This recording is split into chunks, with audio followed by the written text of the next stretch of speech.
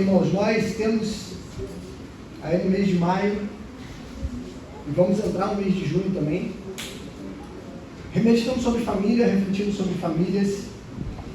Nós tivemos já 2 sermões, um sermão introdutório, na semana passada nós falamos sobre a família de Adão e Eva, temos meditado sobre famílias imperfeitas e a graça de Deus que transforma os nossos lares. Hoje nós vamos meditar sobre mais uma família, mas antes eu quero fazer uma indicação de algumas literaturas que eu tenho feito aqui, sobre os temas que a gente tem tratado em cada domingo. Hoje eu quero apresentar para vocês 2 livros. O primeiro deles é Pastoreando o Coração da Criança, de Ted Tripp, um livro que tem sido uma referência no assunto de criação de filhos, não apenas uma criação voltada para o comportamento, mas uma criação voltada para o coração, como pastorear o coração dos nossos filhos, como levá-los até Cristo, não apenas buscando ter filhos que são obedientes externamente, mas que são pequenos fariseus, mas de fato crianças que são levadas até a cruz de Cristo, são levadas a confiarem em Jesus. Então, o primeiro livro dessa noite é Pastoreando o Coração da Criança, Ted Tripp, Editora Fiel. O segundo livro que eu quero indicar para vocês, também relacionado com esse tema, de Matt Chandler e Adam Griffin, Discipulado Familiar, da Editora Trinitas.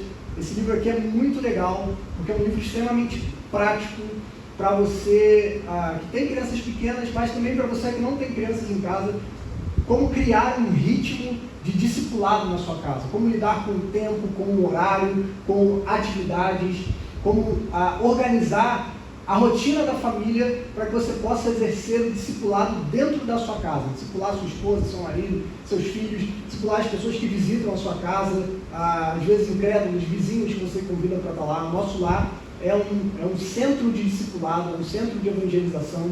Os nossos lares precisam ser usados para a glória de Deus.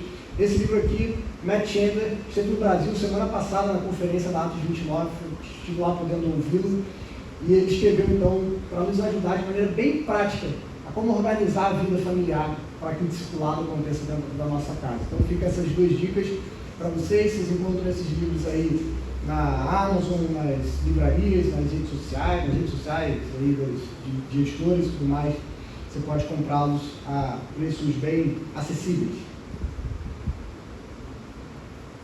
Dito isso, quero convidá-los a abrir a sua Bíblia comigo no livro de 1 Samuel, capítulo de número 2. Nós vamos ler alguns textos, capítulo 2 até uma parte do capítulo 3. Então, peço a sua atenção à palavra do Senhor que será lida. Você ouça com atenção a leitura da Santa Palavra do nosso Deus.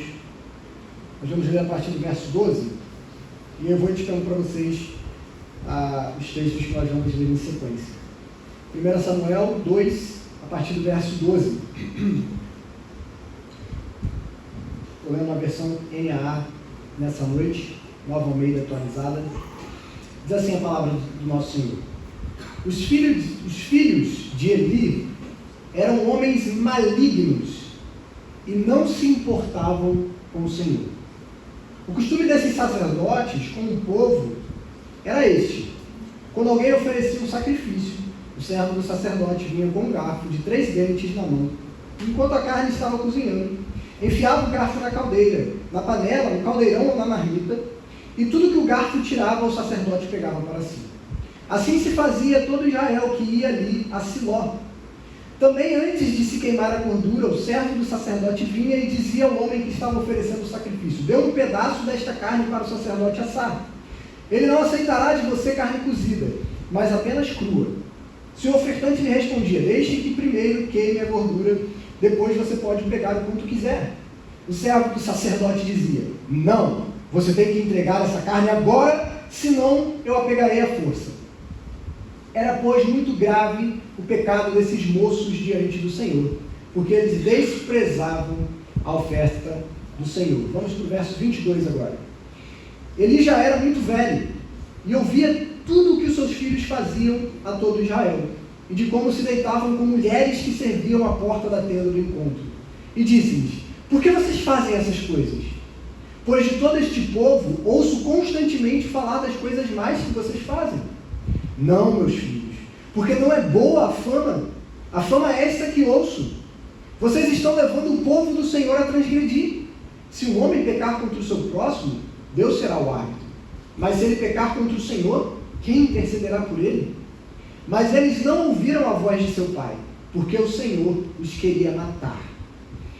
Vamos para o verso 27 agora. Um homem de Deus veio a Eli e disse: assim diz o Senhor, por acaso não me manifestei à casa de seu pai, quando os israelitas ainda estavam no Egito, na casa de Faraó? Eu o escolhi dentre todas as tribos de Israel para ser o meu sacerdote, para subir ao meu altar, para queimar o incenso e para usar a escola sacerdotal diante de mim. E dei à casa de seu pai todas as ofertas queimadas dos filhos de Israel.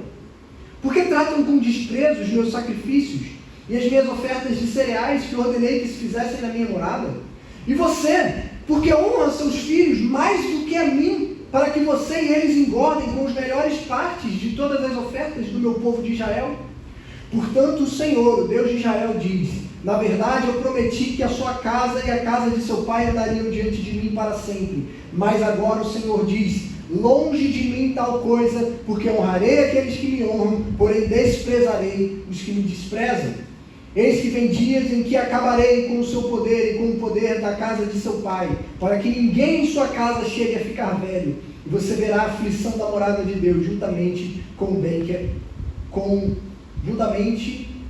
que farei a Israel.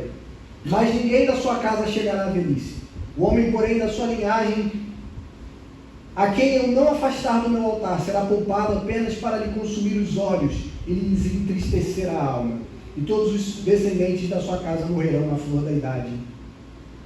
E o que vier a acontecer com seus dois filhos, Hofni e Finéias, será um sinal para você. Ambos morrerão no mesmo dia.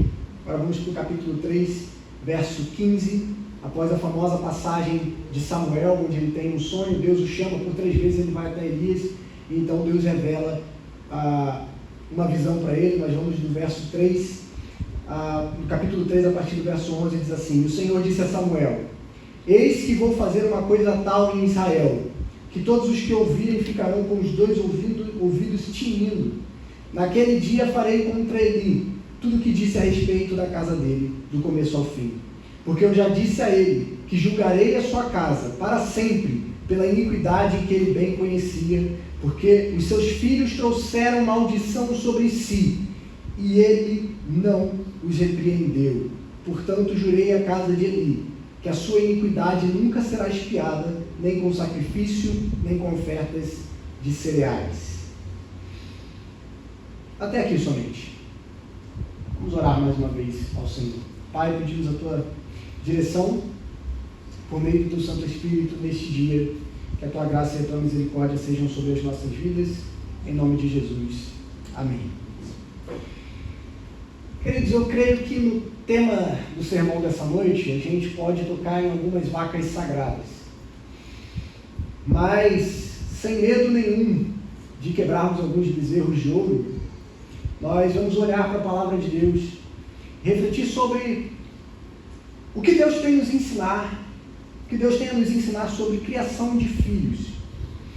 Esse é um problema, e eu digo que é uma vaca sagrada, porque muitas pessoas não querem ouvir o que Deus, não querem aprender sobre criação de filhos. Muitas pessoas não estão dispostas a serem ensinadas, muitas pessoas não estão dispostas a ouvirem a outros e darem conselhos sobre criação de filhos. É claro que existe muita gente sem noção, é claro que existe muita gente que dá conselho que nunca foi pedido, é claro que muita gente se mete em questões pessoais que não deveriam se meter, mas existe um espaço onde nós deveríamos aceitar o aconselhamento, principalmente de pessoas mais velhas e que já passaram por situações que nós estamos vivendo hoje. Porém, o nosso orgulho, a nossa soberba, a nossa arrogância, muitas vezes nos diz que não, do meu filho sei eu sei o que é melhor para o meu filho.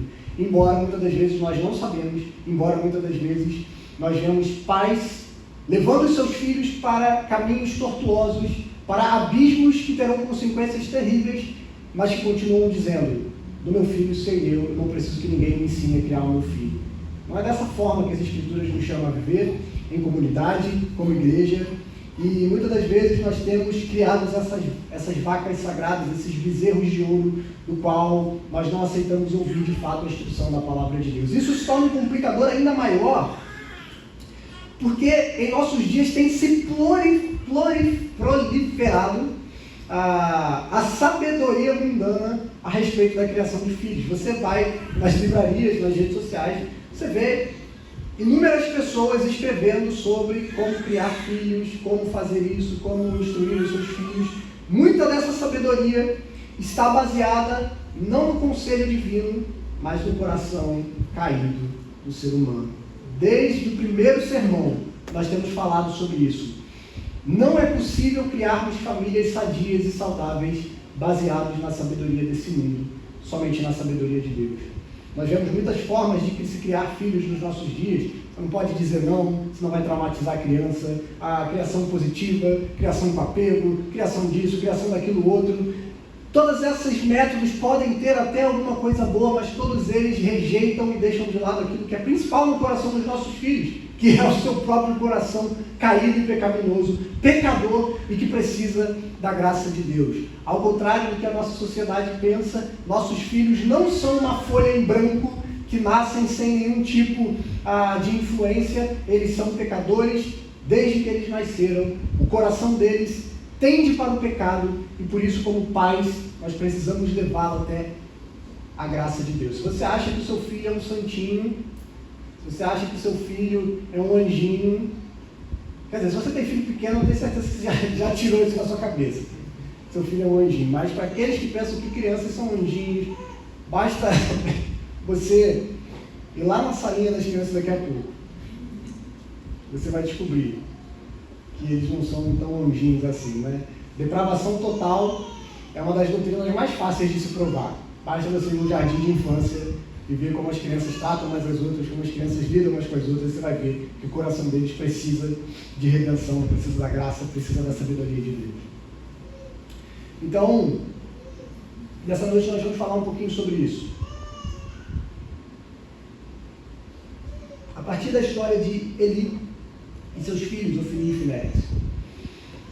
A história de Samuel, o livro de Samuel, ele é escrito num período peculiar. Hoje pela manhã eu achei que o Thiago ia dar vários spoilers da minha aula, da minha pregação. A aula dele pela manhã falou justamente sobre esse período de transição no povo de Israel, do qual eles estão saindo de um governo debaixo de juízes, onde não havia uma liderança unificadora em Israel, havia apenas lideranças pontuais sobre algumas tribos, e o povo de Deus então estava sem direção, não conhecia o Senhor, para um período onde Deus vai suscitar para si um líder, um rei que agora sim governaria com uma abrangência nacional durante todo o território, diante de todo o território de Israel. No iniciozinho do livro de Samuel, você conhece lá a história de Ana, Penina e Eucana, o nascimento de Samuel.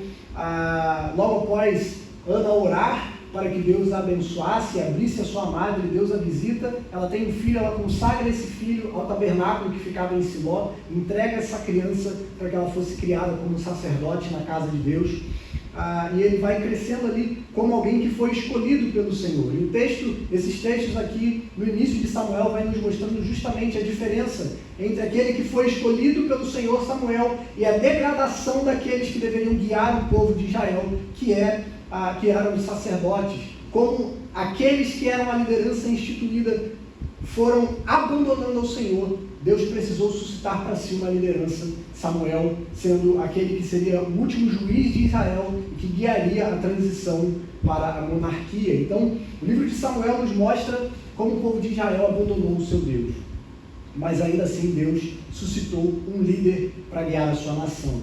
É nesse contexto que está a história que nós vamos falar nessa noite. Nós não vamos falar sobre todos esses conceitos que estão aqui. Nós vamos olhar especificamente para Eli e para sua família, para a gente aprender algumas coisas sobre criação de filhos, sobre família, especialmente outro nome que nós poderíamos dar para esse sermão é como criar filhos desprezíveis. Se você quer aprender a criar filhos desprezíveis, você precisa ouvir esse sermão. Ou se você não quiser criar filhos desprezíveis. Então, Nós vemos aqui a história de Eli e sua família e seus filhos e como eles eram. O texto de Samuel vai dizer para nós, no verso 12, que nós lemos no capítulo 2, que os filhos de Eli eram homens malignos e não se importavam com o Senhor. Se você tem versões mais antigas, aí Tiago lembrou hoje pela manhã também, nas versões mais antigas, se você tem aí uma Almeida Revista e Corrigida, Revista Atualizada, talvez esteja lá. Eles eram filhos de Belial, né? E Tiago bem nos lembrou que essa expressão não significa que eles eram filhos do diabo, como às vezes a gente pensa, mas Belial era uma palavra hebraica que significa inútil, desprezível, sem valor. É isso que significa filho de Belial. As versões mais modernas, elas traduzem como homens malignos, como homens desprezíveis, algumas das versões, e nos diz que eles não se importavam com o Senhor. Ou seja, esses homens, eles eram homens inúteis, que porque rejeitaram o Senhor, porque eles não se importavam com o Senhor, literalmente, eles não conheciam o Senhor, eles desprezavam o Senhor. Por conta disso é que eles se tornaram desprezíveis, inúteis, sem valor para o povo de Israel. Porque eles que deveriam guiar o povo a conhecer a Deus, eles mesmos rejeitaram o seu Criador e não conheciam ao seu Senhor. O texto vai nos dizer aqui algumas práticas deles. Às vezes a gente fica assim, o que tem de errado nisso aqui? Eu não entendo muito bem. Vou tentar explicar um pouco rápido. Os sacerdotes, eles tinham direitos a algumas partes específicas de alguns sacrifícios que eram apresentados pelo povo, eram levados ali como oferta pela expiação, pelo pecado, algumas ofertas de cereais. Os sacerdotes tinham direito a ter uma parte dessa oferta para a sua subsistência. Como vocês sabem, os sacerdotes se dedicavam exclusivamente ao Senhor e ao templo.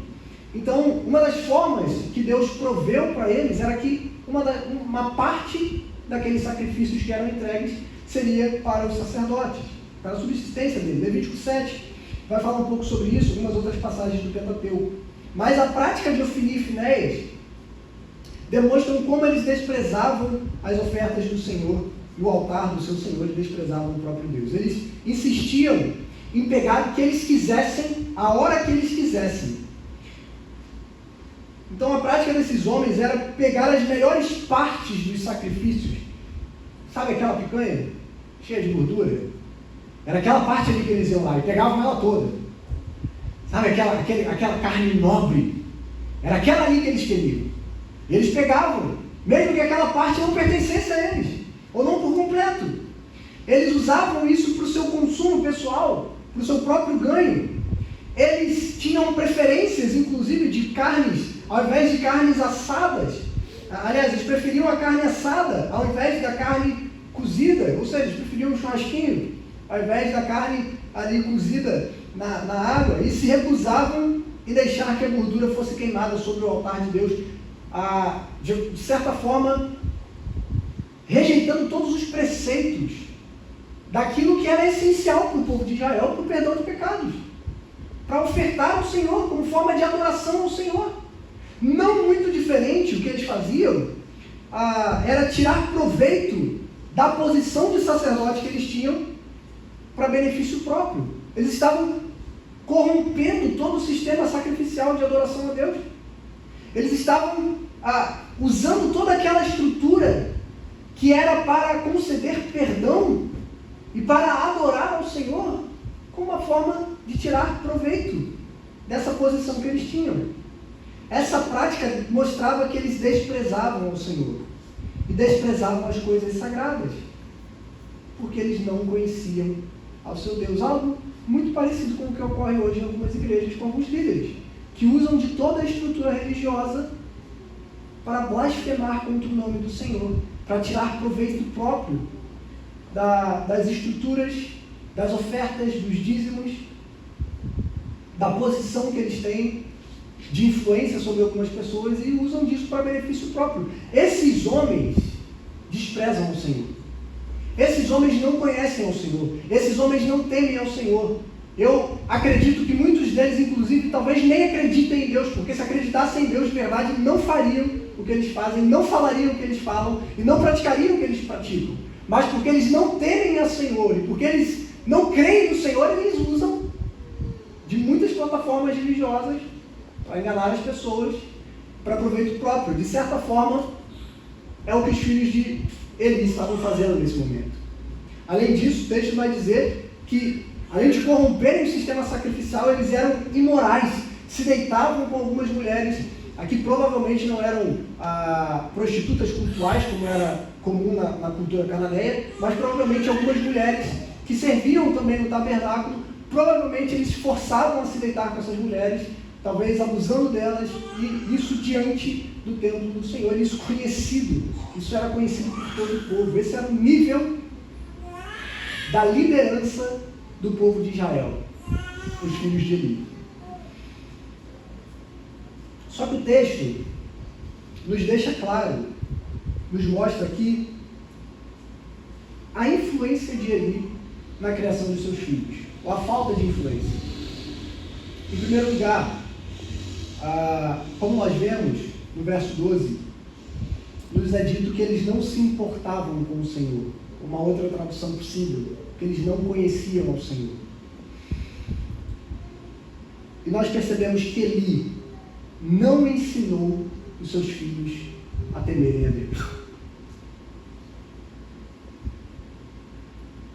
Nós vimos aqui pela manhã, vimos a abertura do culto, que Deus havia dado uma ordem ao seu povo, de que os pais ensinassem os seus filhos sobre o Senhor, ensinassem os seus filhos a conhecer o Senhor. Na semana passada nós tivemos a apresentação de duas crianças aqui, da Cecília e da Lúcia.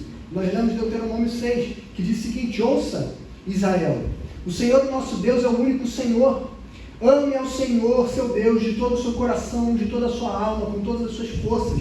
Que todas essas palavras que hoje lhes ordeno estejam no seu coração. Ensine-as com persistência aos seus filhos. Fale sobre elas quando estiver sentado em casa, quando andar pelo caminho, quando se deitar e quando se levantar.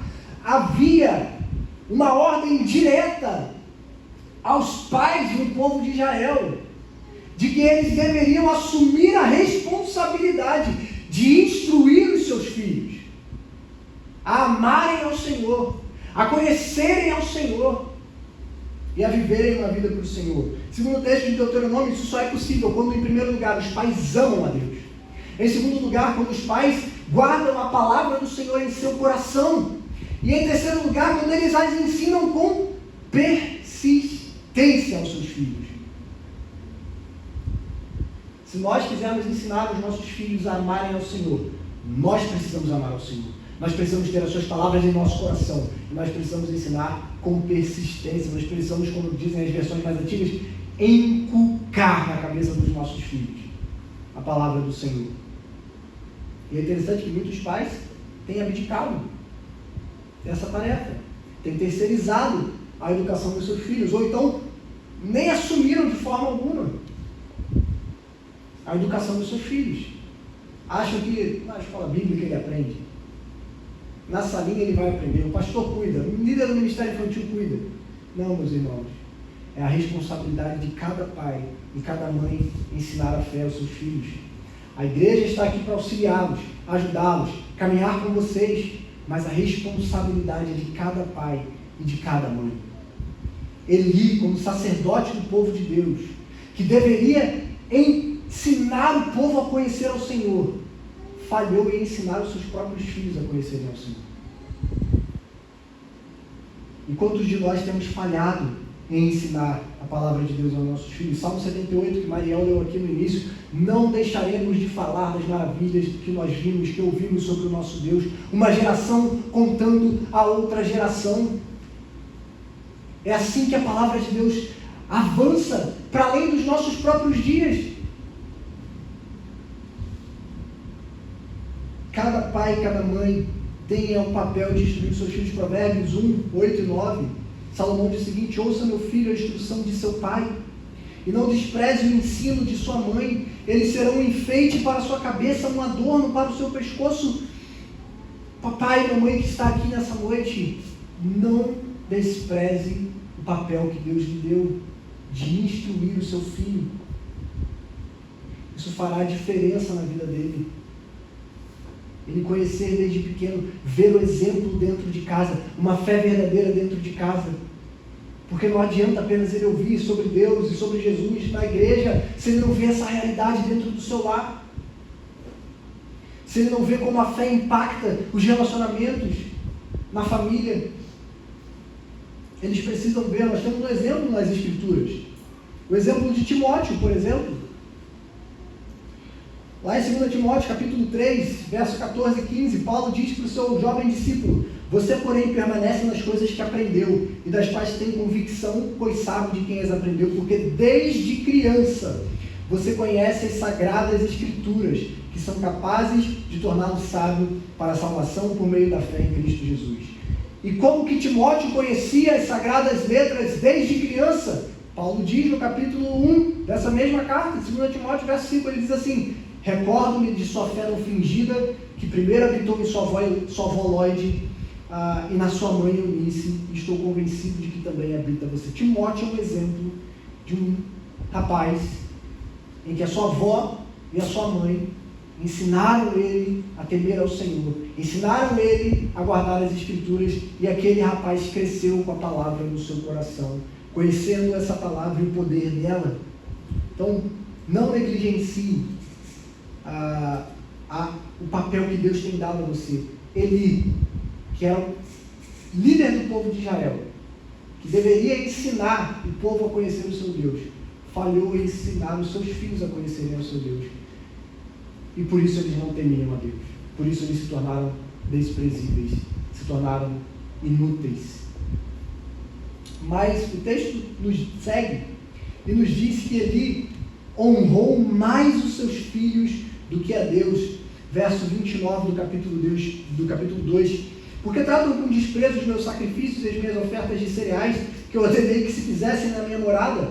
E você, porque honra os seus filhos mais do que a mim, para que você e eles engordem com as melhores partes de todas as ofertas do meu povo de Israel. Ou seja, ele fazia parte daquela corrupção. Ele tirava proveito também do que os filhos faziam. E o texto diz que ele honrou mais os filhos do que o Senhor. Recentemente nas redes sociais, talvez você segue alguns influenciadores, gospels, não sei qual é o plural dessa palavra. Você deve ter visto aí um burburinho sobre um tema chamado idolatria familiar. As pessoas debatendo sobre esse assunto. Mas, de fato, às vezes nós podemos correr o risco de idolatrar os nossos filhos. Como ele fez.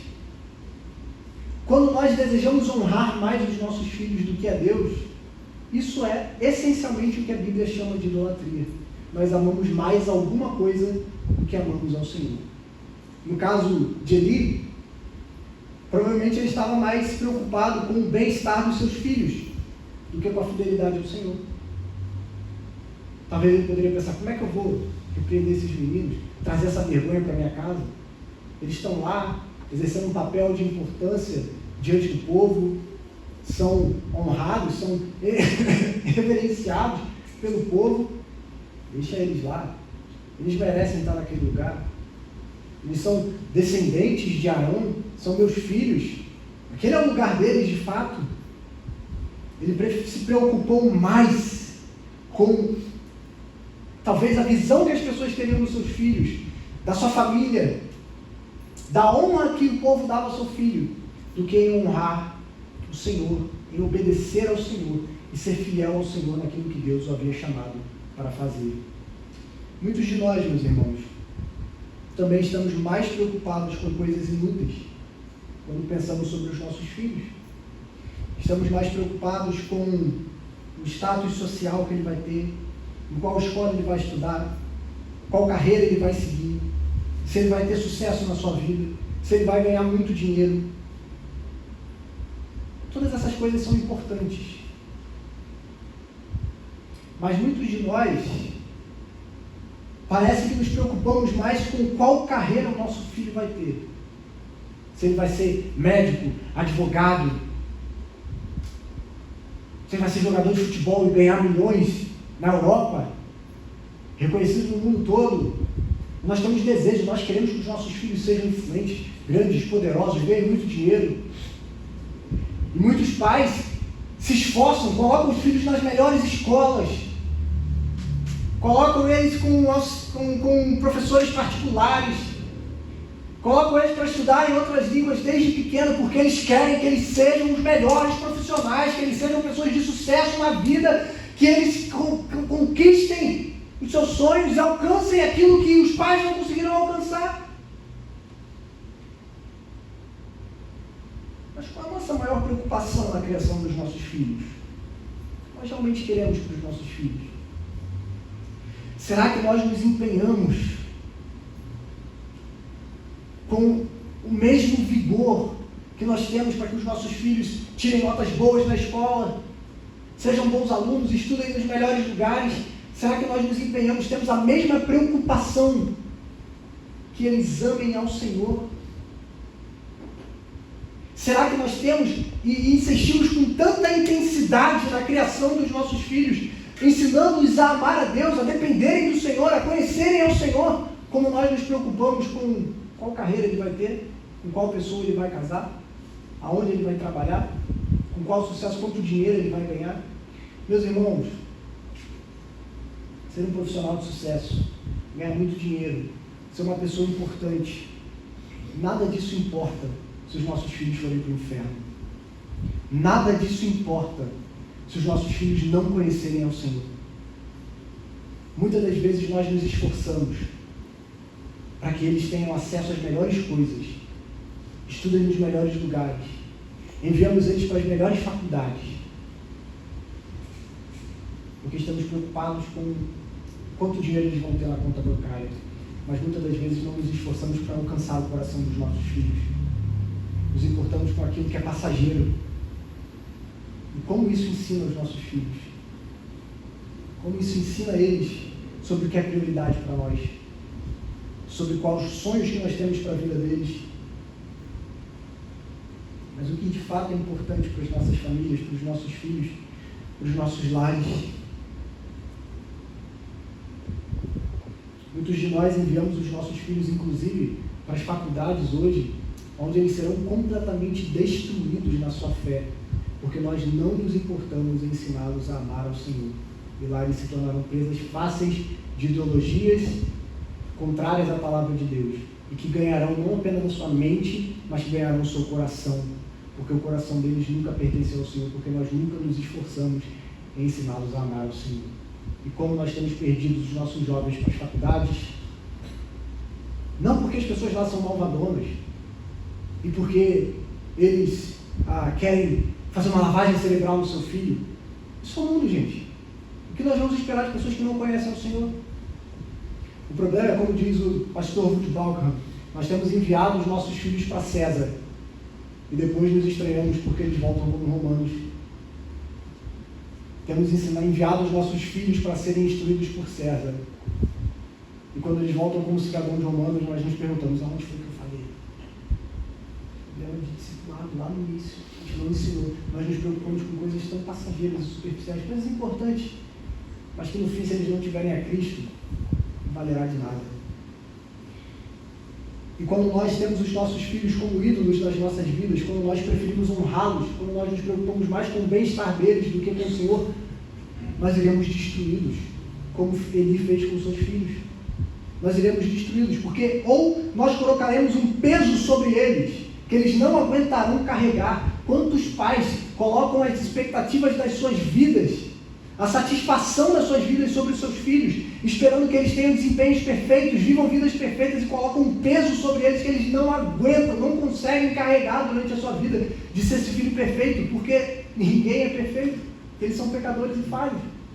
Isso destrói a vida. Quantos jovens, adolescentes, têm problemas dos mais severos, emocionais, psicológicos, porque os pais colocaram um peso sobre eles, de que eles tinham que ser o melhor, que eles tinham que ser perfeitos, que eles não podiam falhar, que eles não podiam errar, porque o coração do pai deles estava sobre os seus filhos, sobre as expectativas que eles colocaram sobre os seus filhos. Ou então, quando nós idolatramos os seus filhos, nós não nos preocuparemos com os seus corações, colocaremos a felicidade deles em primeiro lugar. E quando colocamos a felicidade deles em primeiro lugar, nós não seremos capazes de discipliná-los, corrigi-los, confrontá-los, com medo de que, meu Deus, meu filho pode ficar magoado comigo, meu filho pode se entristecer, meu filho vai deixar de me amar. Meu irmão, eu não conheço nenhuma criança que deixou de amar o pai e a mãe porque foi disciplinado. Pelo contrário, quando os pais instruem bem os filhos, o que eu vejo, a maioria deles, depois de formar, dizer: cara, que bom que meu pai não me deixou entregue ao meu próprio coração. Seu filho vai te amar. Por isso não fique com medo de: será que ele vai ficar magoado se eu disser não para ele? Será que ele vai ficar triste, traumatizado? Irmão, se seu filho precisa ser corrigido, corrija-o. Porque o mundo não vai ter a mesma paciência que você tem com ele, isso eu te garanto. E pais que amam seus filhos como ídolos jamais serão capazes de amá-los como filhos. Quantos filhos nunca receberam o amor de um pai e de uma mãe? Porque esses pais o amavam não como filhos e filhas, mas o amavam como um ídolo na sua vida. Quando nós não amamos o Senhor em primeiro lugar, quando nós estamos mais preocupados em honrar os nossos filhos, estamos mais preocupados com o seu bem-estar, estamos mais preocupados com a sua felicidade, estamos mais preocupados com a vida que eles vão levar nesse mundo, e não nos preocupamos em honrarmos ao Senhor, em sermos fiéis ao Senhor e ensiná-los a amar ao Senhor, nós os idolatramos e isso destruirá os nossos filhos. E em terceiro lugar, o que nós vemos nesse texto é que porque Eli desejava honrar mais os seus filhos do que a Deus, ele não repreendeu os seus filhos. Capítulo 3, verso 12, em uma visão o Senhor diz a Samuel: porque eu já disse a ele que julgarei a sua casa para sempre pela iniquidade que ele bem conhecia, porque os seus filhos trouxeram maldição sobre si, e ele não os repreendeu. Ele não repreendeu os seus filhos, conhecendo o procedimento deles, conhecendo como eles difamavam o Senhor, conhecendo como eles desprezavam ao Senhor, ele não repreendeu os seus filhos. E como muitos de nós temos falhado também em repreender, disciplinar, corrigir os nossos filhos. Eu queria ler com vocês alguns versículos que estão lá em Provérbios. Quantidade de vezes que a palavra de Deus fala sobre esse tema. Provérbios 13, 24. Quem se nega a castigar o seu filho, não o ama. Quem o ama não hesita em discipliná-lo. Não evite disciplinar a criança. Se você a castigar com a vara, ela não morrerá.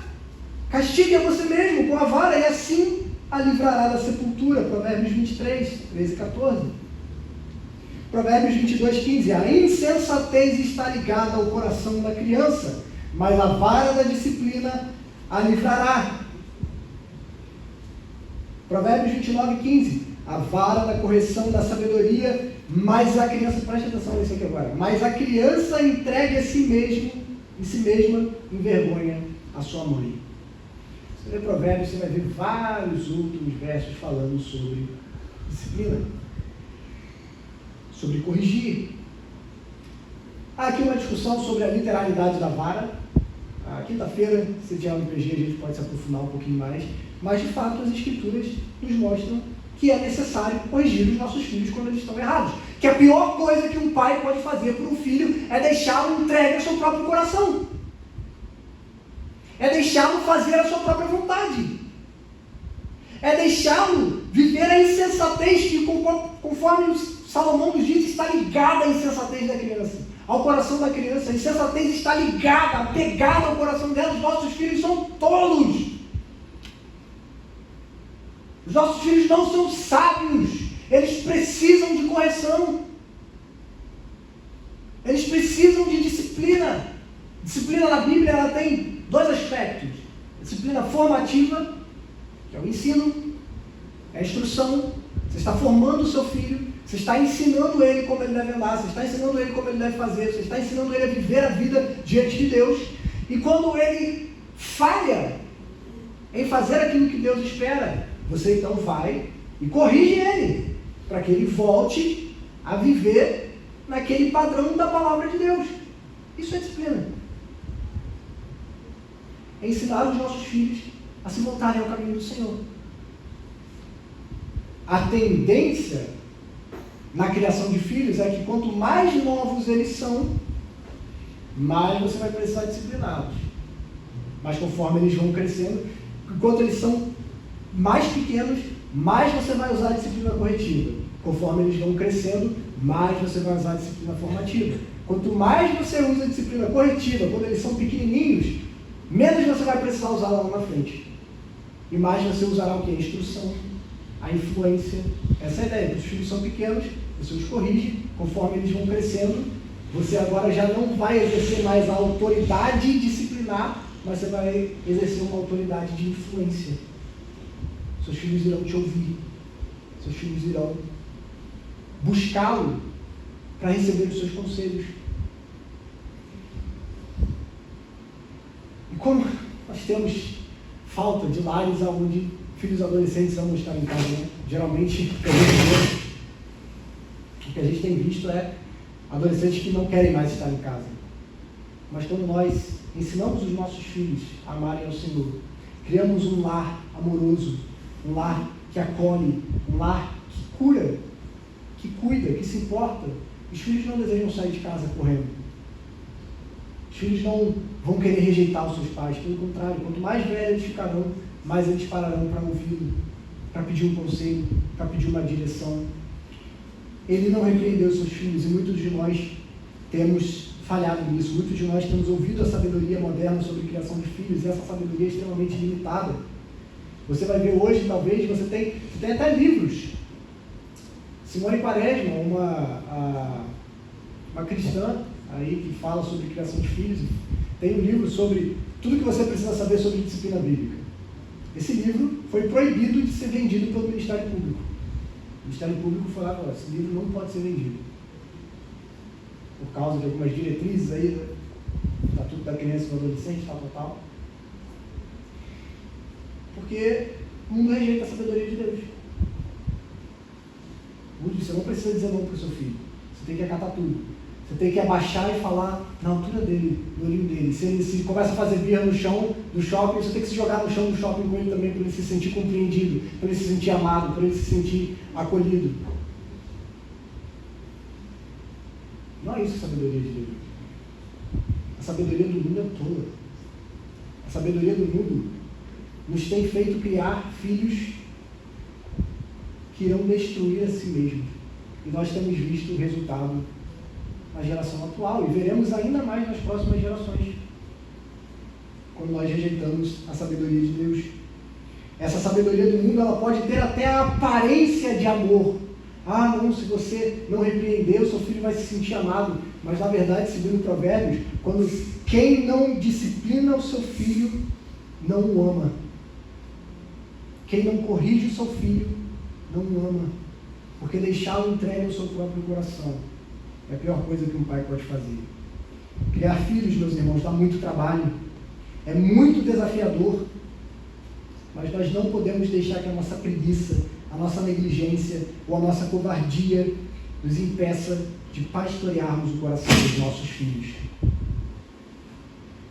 Mas não é só ele que é o errado nessa história, né? A gente não pode também só botar toda a culpa em cima de Eli.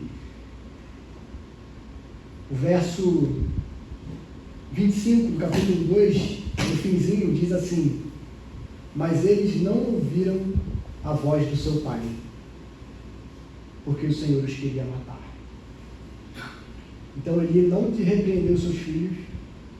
Lá na frente, já quando tudo estava indo por água abaixo, ele tenta de alguma forma falar com eles, mas eles não ouvem o seu pai. E aqui eu quero falar para aqueles que são filhos. Miguel e o Kia estão aqui. Não rejeitem, filhos, a correção dos seus pais.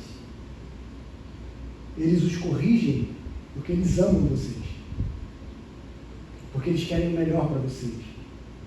Porque eles amam ao Senhor, eles estão buscando obedecer ao Senhor. E porque eles estão buscando obedecer ao Senhor e eles amam vocês, eles não vão deixar vocês entregues ao seu próprio coração. Então, por mais que vocês talvez não entendam o porquê, confiem nos pais de vocês, porque eles querem o melhor para vocês. Ouçam o que eles têm para dizer. Ouçam quando eles precisarem repreender vocês. Ouçam quando eles instruírem vocês. Porque os pais de vocês amam vocês. Hebreus capítulo 12 diz o seguinte: perseverem na disciplina. Deus os trata como filhos. Ora, que filho não é disciplinado pelo pai? Todavia, se vocês ficarem sem disciplina, da qual todos se tornaram participantes, então vocês são bastardos, não filhos. Além disso, tínhamos pais humanos que nos disciplinavam e nós os respeitávamos. Quanto mais devemos submeter-nos ao Pai espiritual para assim vivermos. Os nossos pais nos disciplinavam por curto período, segundo lhe parecia melhor. Deus, porém, nos disciplina para o nosso bem, para que participemos da sua santidade. Nenhuma disciplina parece motivo de alegria no momento em que é recebida, mas sim motivo de tristeza. Mais tarde, no entanto, produz fruto de justiça e paz para aqueles que por ela foram exercitados. Então eu sei que quando os pais de vocês disciplinarem vocês, não vai ser tão legal, vocês vão ficar tristes. Mas no futuro, essa correção gerará frutos de justiça na vida de vocês. Então não rejeitem a repreensão dos seus pais, como Ofni e Finéias fizeram, e por isso alcançaram destruição para a sua vida. Foram mortos. E eu quero caminhar para a conclusão, então. Teria muito mais para dizer sobre isso, e eu quero, inclusive, chamar os pais, principalmente os pais, a estarem aqui na quinta-feira. A gente vai aprofundar mais alguns tópicos, alguns assuntos, então esteja presente aqui na quinta-feira. Você que não é pai também pode estar presente, porque você pode auxiliar algum pai, você pode ajudar alguém na sua família que tem um filho pequeno, precisa conhecer sobre esse assunto também, então eu quero te convidar a estar aqui para a gente aprofundar um pouco mais sobre esse tema também. Mas eu preciso concluir afirmando algo para vocês. Você irá falhar na criação do seu filho. Nós iremos falhar na criação dos nossos filhos. Nós iremos errar, nós iremos pecar contra eles, nós muitas das vezes vamos querer que eles façam aquilo que nós achamos melhor e não aquilo que a palavra de Deus acha melhor. Nós deixaremos de corrigi-los por conivência, por preguiça, ou porque certos pecados que eles cometem não nos incomodam. A gente não precisa corrigir. A gente só corrige aqueles pecados que nos incomodam, não aqueles que desonram a Deus. Mas se ele faz algo, aquilo não me ofende, não tem problema. Mas se ele comete um pecado que ofende ao Senhor, ele precisa ser disciplinado. Porque nós não estamos criando os nossos filhos para nós. Nós estamos criando os nossos filhos para que eles nos agradem. Nós estamos criando os nossos filhos para que eles sejam obedientes a nós e façam o que nós achamos melhor. Estamos criando os nossos filhos para Deus. Por isso a gente vai falhar. Eu quero terminar dizendo para você: confiem na graça de Deus. Porque o nosso objetivo na criação dos nossos filhos não é apenas termos filhos obedientes externamente. Nosso objetivo ao criarmos filhos não é que eles nos obedeçam. Embora isso seja muito bom. Quem não quer ter um filho obediente? Mas o nosso objetivo não pode ser apenas esse, porque nós não queremos ter pequenos fariseus que só sabem cumprir regras externas. Esse não é o nosso objetivo ao criarmos filhos. Nós estamos preocupados, não estamos preocupados apenas com comportamentos, estamos preocupados com o coração dos nossos filhos. Porque o comportamento deles reflete o que está no coração deles. Eles agem de maneira pecaminosa, porque algo está no coração dele. Se você esteve aqui quinta-feira passada, nós falamos muito sobre isso. Se você não esteve, você perdeu. Tivemos até o testemunho do nosso irmão Roberto, colocando lá no grupo. Você perdeu, porque a gente falou exatamente sobre isso. Como o problema não é o problema. O problema não é o comportamento, o problema é o coração. É o que está lá no coração dos nossos filhos. Então não adianta a gente só ir para o comportamento, corrigir o comportamento e não alcançar o coração deles. Provérbios 23, 26, o salmista diz: meu filho, dá-me o seu coração. É isso que todo pai deveria almejar na criação dos seus filhos. Meu filho, me dê o seu coração. Ouça a minha instrução. Ouça o que eu tenho para te ensinar. Nosso objetivo é levar os nossos filhos até Cristo, até a cruz, até a graça. Nós queremos que eles amem ao Senhor e vivam para glorificá-lo, encontrando nele alegria, prazer e sentido para suas vidas. Que eles descansem em Cristo, que eles confiem em Cristo, que eles amem a Cristo, que eles vivam para Jesus. O mais importante não é o trabalho do seu filho, o mais importante é se ele viverá uma vida que glorificará o Senhor, encontrando nele prazer, alegria e satisfação. Independente se ele vai ser presidente do Brasil, porque talvez hoje, não é, antigamente era bom, né? Você olhava assim e falava assim, o cargo máximo, ser presidente do Brasil. Hoje ninguém acha que é mais que ser presidente do Brasil, né? É desonroso ser presidente do Brasil. Mas quer ele seja um político importante, quer ele seja um gari, o mais importante é que ele viva a vida dele, a glória de Deus. É isso que nós queremos na criação dos nossos filhos. Que eles não se tornem desprezíveis por conhecerem ao Senhor. Que eles não se tornem inúteis. Por isso, meu irmão, saiba que você vai falhar. Você vai falhar, eu vou falhar. Eu falho diariamente na educação das minhas filhas. O que nós devemos fazer é confiar diariamente em Jesus. Nós devemos buscar Jesus em oração, pedindo a Ele discernimento, pedindo a Ele sabedoria, pedindo a Ele direção, pedindo a Ele que o Espírito Santo converta o coração dos nossos filhos, pedindo a Ele, clamando para que Ele salve os nossos filhos.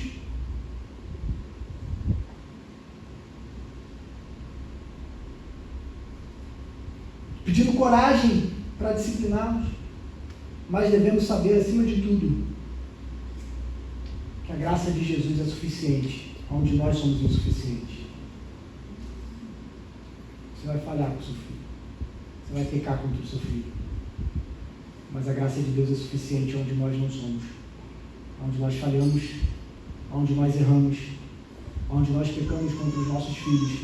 A graça de Deus é suficiente para trazê-los para si. O Espírito Santo é capaz de transformar o coração dos nossos filhos. Por isso, meus irmãos, nós só seremos capazes de fazer o que Efésios, capítulo 6, verso 1 e 4 diz: filhos, obedeçam aos seus pais no Senhor, pois isso é justo. Honre seu pai e a sua mãe, que é o primeiro mandamento com promessa, a fim de que tudo corra bem com você e você tenha vida longa na terra. Pais, não irritem os seus filhos, antes criem-nos segundo a instrução e o conselho do Senhor. Nós só somos capazes de obedecer esse verso se a gente voltar lá no início, em Efésios 5, quando Paulo diz assim: não se embriaguem com vinho que leve à devassidão, mas deixem-se encher pelo Espírito Santo. Somente quando vivemos uma vida cheia da presença de Deus é que seremos capazes de instruirmos e levarmos os nossos filhos a confiarem em Cristo Jesus de todo o coração, a obedecermos esses versos e de fato vermos famílias onde o coração dos filhos é convertido aos pais, o coração dos pais está convertido aos filhos. Há esperança, meus irmãos. É difícil. É muito difícil. É por isso que o Deuteronômio vai dizer para a gente: insiste. Insiste. É um trabalho de repetição. Ensino, correção, repetição. Ensino, correção, repetição. Ensino, correção, repetição. Tudo isso dependendo da graça de Deus. Não depende de nós, mas depende de Deus. E se Deus te deu filhos na sua família, você serve ao Senhor, é porque Deus quer que você ensine a Ele. Ensine os seus filhos a temerem a Deus e a amarem o Senhor. Que Deus nos ajude. Quero trazer alguns passos práticos, então, para nós encerrarmos, como temos feito ao longo dessa série. Em primeiro lugar, aos pais, assumam a responsabilidade pela educação dos seus filhos. Parem de dar desculpas. Essa é a tarefa mais importante da sua vida. Pare de dizer: por causa disso, por causa daquilo, por causa do trabalho, não tem tempo, meu filho é muito difícil, você não conhece meu filho, você não sabe como é que é, você não sabe como é que é minha vida, você não sabe como é que é minha esposa, você não sabe como é que é meu marido. Pare de dar desculpas. Pare de dar desculpas. E assuma a responsabilidade que Deus te deu de criar os seus filhos. Não é responsabilidade dos avós, não é responsabilidade dos professores da escola, não é responsabilidade dos professores da escola dominical, não é responsabilidade da galinha pintadinha. É sua responsabilidade criar os seus filhos. Não negligencie, não terceirize aquilo que Deus deu a você como um privilégio, como uma responsabilidade. Filhos, obedeçam aos seus pais e aceitem a correção quando necessária. Confiem no Senhor. Às vezes os seus pais podem falhar contra vocês, mas Deus nunca falhará. A justiça de Deus nunca falhará. Se vocês têm pais piedosos, vocês podem confiar que eles querem o seu melhor. E por fim, meus irmãos, organize a sua rotina, a sua casa, o seu lar. A fé precisa ser verdadeira na sua casa. Seus filhos precisam ver uma fé genuína, não só na igreja. Seus filhos precisam ver você orando em casa. Seus filhos precisam ver você cultuando em casa. Seus filhos precisam ver você lendo a Bíblia em casa. Seus filhos precisam ver você se relacionando com Deus em casa, amando a Deus em casa. Não adianta apontar um caminho para eles que nós mesmos não estamos percorrendo. Eles precisam ver em nós. Então organize a sua casa. Cultuem juntos, adorem juntos, louvem ao Senhor juntos. Quero lançar esses desafios para nós nessa noite. Aqui nós temos alguns recursos que podem te ajudar. Existem muitos outros. Na quinta-feira a gente vai falar sobre isso, então eu quero te convidar a estar aqui com a gente no pequeno grupo. Mas eu quero te convidar a orar também nesse momento. Senhor, nós nos colocamos diante da Tua presença nessa hora, recorrendo ao Senhor, porque só o Senhor pode nos ajudar a criarmos filhos que amarão ao Senhor. Nós somos falhos, fracos, imperfeitos, pecadores e insuficientes. E por isso nós pedimos a Ti, Senhor, ensina-nos a amarmos os nossos filhos, a ponto de termos como alvo das nossas vidas levá-los até a cruz de Cristo. E rogamos nessa noite, Pai, que pelo Teu Santo Espírito o Senhor converta o coração dos nossos filhos, para que eles amem ao Senhor e confiem no Senhor e vivam para a Sua glória. Não é uma tarefa fácil, mas pelo Teu Santo Espírito que o Senhor nos dá, o Senhor nos capacita a fazermos aquilo que pelas nossas próprias forças nós não conseguimos. Por isso abençoa cada lar nessa noite, cada família, aonde talvez os relacionamentos entre os pais e os filhos estejam destruídos, deteriorados, que a Tua graça transforme, que haja perdão, que haja cura, que haja reconciliação e que haja glória ao Teu nome, por lares que serão transformados pela Tua palavra e pelo Teu poder. Nos ajude, Pai. Nós oramos, nós rogamos ao Senhor, porque nós não somos capazes. Nós não queremos criar, Deus, apenas religiosos profissionais, mas queremos criar verdadeiros adoradores de Jesus, que amam ao Senhor e que confiam na graça de Cristo para a sua salvação. No nome santo de Jesus que nós oramos. Amém e amém.